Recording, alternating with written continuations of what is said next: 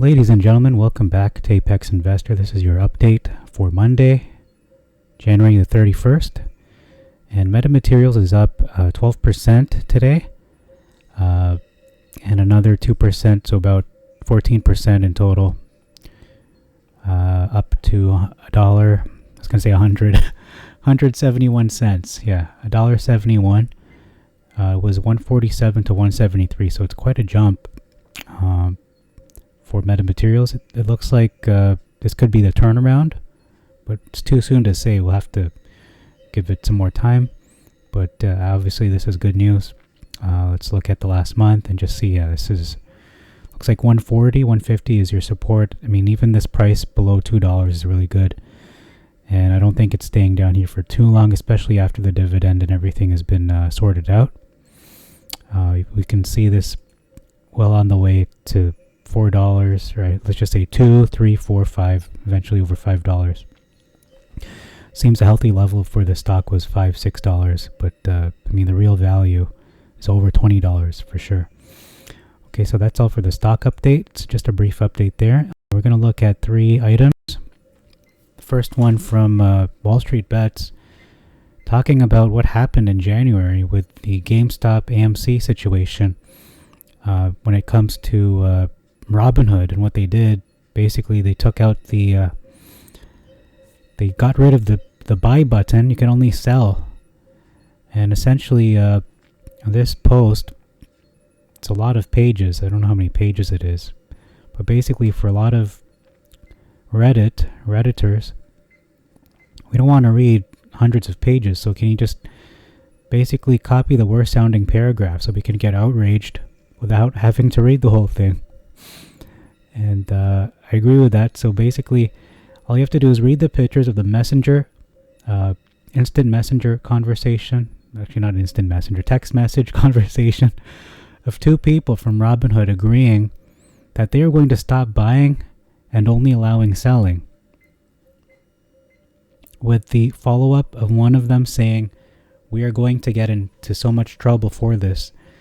Then, as we all know, nobody got in trouble for it, even after these private messages were brought before a judge. So we can see how corrupt the system is. Too long didn't read. Picture of private... That's not too long. Picture of private messenger conversation of 2 Robinhood bigwigs agreeing they're going to get in trouble for stopping buying. Judge sees convo, says nothing illegal happened. So, yeah, I mean, they're going to get their just rewards. Their just desserts. Okay, so I think that's it for Wall Street Bets. Yeah, so they pretty much, hedge funds got away with it. Or so it seems. Do you think they're just going to get away with it? Because, yeah, GameStop, AMC, they were shorted multiple times. Before the squeeze, they were shorted, both of them. Not severely, but they were severely shorted, but even shorted even harder after the squeeze for both. So they saw one gamma squeeze, and then they were shorted, and I saw another squeeze. I don't know if it's a gamma squeeze, but they were squoze. And then they're shorted again, and they're it's like a cycle, endless cycle of shorting and squeezing. So I do believe it's due for a squeeze. I don't know when, but it seems to be inevitable. Okay, this person on Metamaterials subreddit tried to post this on Superstock. They didn't post it, but I'm just going to read it, not because it's the best post ever, but we're kind of starving for news. So basically, this is what he wrote here. Possible theory about the dividend, the oil assets, how the price of oil destroys short hedge funds, and GameStop takes off. Okay, we all know that short hedge funds have been selling crypto, taking profits, and shorting GameStop and AMC via ETFs. Thing is, along the way with this stock, there was this stock in the ETFs that was taken down, which was collateral damage to insanely low prices. That is Metamaterials. Good point. But Meta has a secret weapon through an earlier merger with Torchlight. They've got oil and gas properties with about 3.2 billion barrels of oil. It's a lot of barrels. They're in the process of selling that oil land and distributing a dividend to their preferred shareholders through the MMTLP. This dividend is likely to be anywhere from $20 to $40 plus. I'm going to just be a little more conservative and say even $5. Let's just say the lowest. I see it the lowest being 5, which, yeah, it's disappointing, but it's still a lot more than $1 or whatever you're paying for it. So $5 at the very low ballpark estimate, and the highest, well, because they're projecting the price of oil to be 120, so 60 could be as high as 60. So from 5 to 60. The CEO has asked that MMTLP shareholders might reinvest some of those profits back into the company and buy Meta shares. If just 5% of the oil and gas dividend money goes back into buying Meta stock, there's not enough stock to go around. So Meta will run, but Meta is in the same ETF as GameStop and AMC. Is that true? So those ETFs will see a surge in their NAV. The short hedge funds probably are not aware of Meta. They're more worried about GameStop and AMC.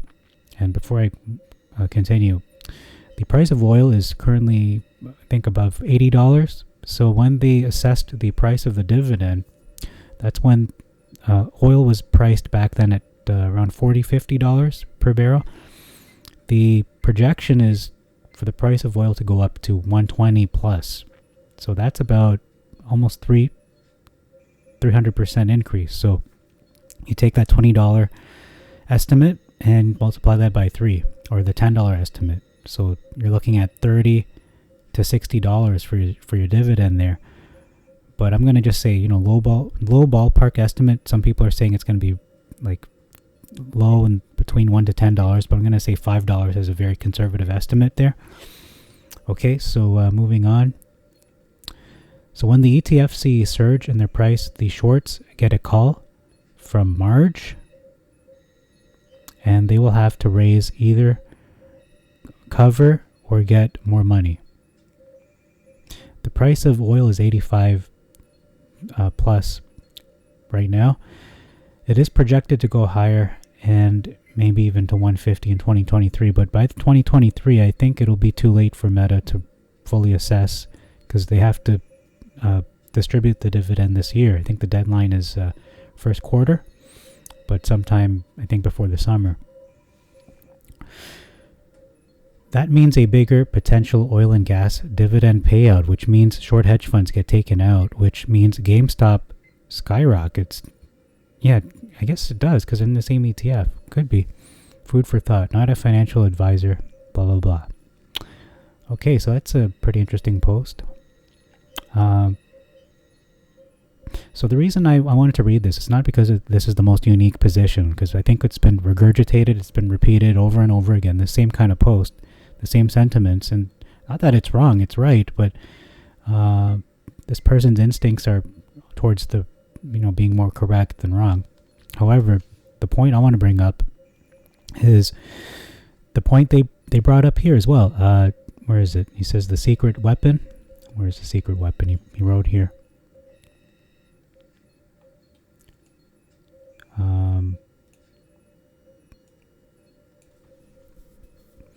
They will run because... Okay, I completely lost it. Where is it? How the price of oil destroys short hedge funds. So he's saying it's the price of oil that's going to be the killer to the hedge funds.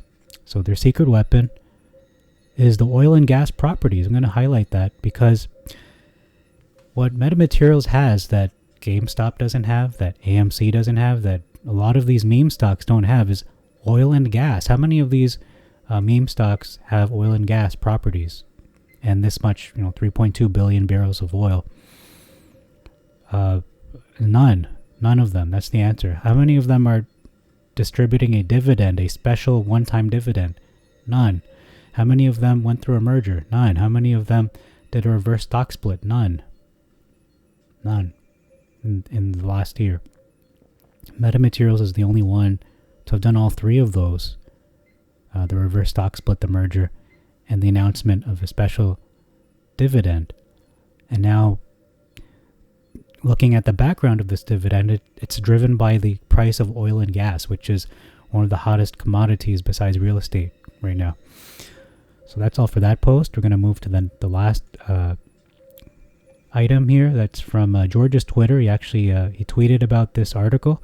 So I'm going to read this article. It's only a few paragraphs. It's LumaChrome Holographic gives two-factor authentication. Nanotech Security Corporation, now owned by Meta Materials, is perhaps best known for designing, originating, recombining, and mass-producing nanotechnology-based films for securing documents of value against counterfeiting and tampering. But the Canada-based firm also offers a range of labeling solutions for advanced brand protection, to which it has now added a holographic version. As you might expect from the name, LumaChrome Holographic combines Nanotech's color-shifting LumaChrome film with an embossed holographic security. Okay, pattern to give two-factor authentication. Customers can choose the color shift options for LumaChrome from 4 different possibilities. Okay, I can't really read that, but basically it's different colors: navy, violet, emerald, I think, and amber. The color transition with holographic image switch effects are immediately visible when the viewing angle is changed. As a combination, says Nanotech, these unique effects are simple to recognize, difficult to replicate, and incredibly effective from a considerable distance. Multiple angles and variable lighting conditions. The LumaChrome holographic material is available in a variety of label constructions. The tamper-evident format is comprised of, from the uppermost layer down, layer 4, customized brand elements, serialization, layer 3, holographic security pattern, layer 2, LumaChrome color shifting film, layer 1, tamper-evident layer. To support, and there's a diagram or illustration of what that looks like. To support the high-volume production of LumaChrome holographic, Nanotech utilizes 2 large roll-to-roll optical thin film deposition coaters in its high-security production facility, with the ability to operate up to 4 separate deposition zones simultaneously. Nanotech can produce highly customizable films very cost-effectively, and that's a key point, cost-effectiveness. Operating each coater at peak output, it has the capacity to achieve more than 250,000 square meters of film a month.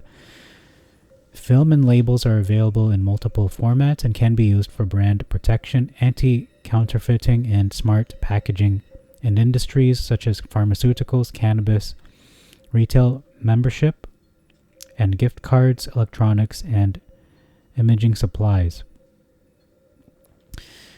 So I had some thoughts while I was reading that, but one of them was who is using this technology? We already know it's at least one country using this technology for their currency. And I'm going to just make an assumption. It's probably Canada. I think it might be Canada using it. Makes sense since they're based in Canada to be using a Canadian company, but I could be wrong. Second question is there a need for this technology? Answer is there a need for money? That's the answer there. And number 3 is this technology, as the name of the company is Nanotech.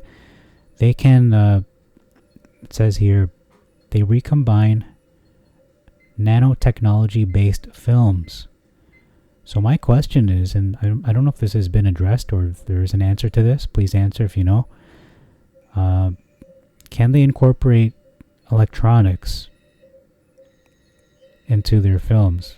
Because if so, does that relate to the AR and the VR?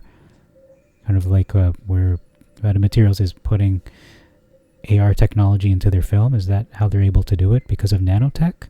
Or is that something they always had even before the acquisition? Because it says right here, film and labels are available in multiple formats, including electronics, is that just the sector, the industry, saying that we can provide for these sectors, or is it literally electronics that they can print this film, but it is fully compatible with electricity and electronics and can be used in that way? So if so, this company is on the verge of something massive. Both Nanotech and Metamaterials, which owns Nanotech now. So that's all I have for you for this video today. Thank you very much for your time. This is more focused on the news, specifically with those 3 items we looked at. So thank you very much for your time. I want to keep it brief for you, save you some time today, and may God bless you all and God bless your investments.